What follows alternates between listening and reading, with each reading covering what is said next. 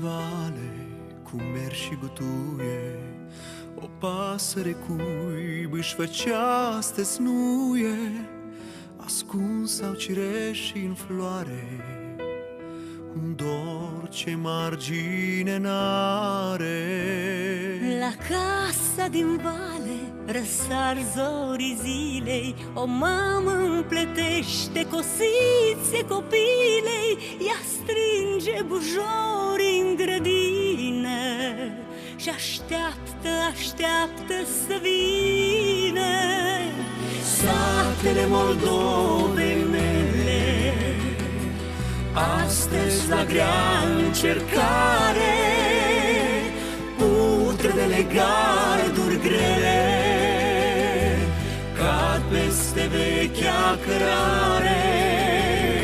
Satele Moldovei mele, astăzi la grea încercare, putrele garduri grele cad peste vechea cărare.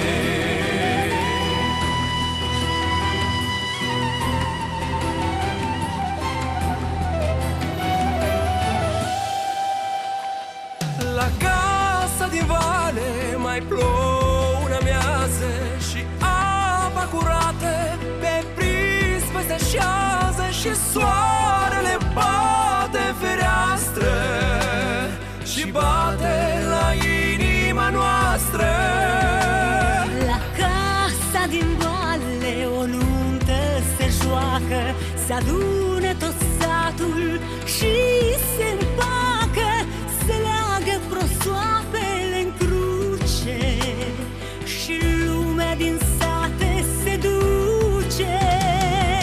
Satele Moldovei mele, astăzi la grea încercare, putrele garduri grele cad peste vechea cărare. Satele Moldovei mele, astăzi la grea încercare, putrele garduri grele cad peste vechea cărare.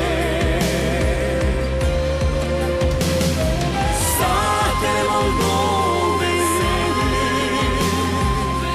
astăzi la grea încercare, putrele garduri grele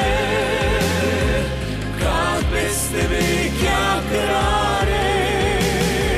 Satele Moldovei mele, astăzi la grea încercare, putrele garduri grele cad peste vechea cărare.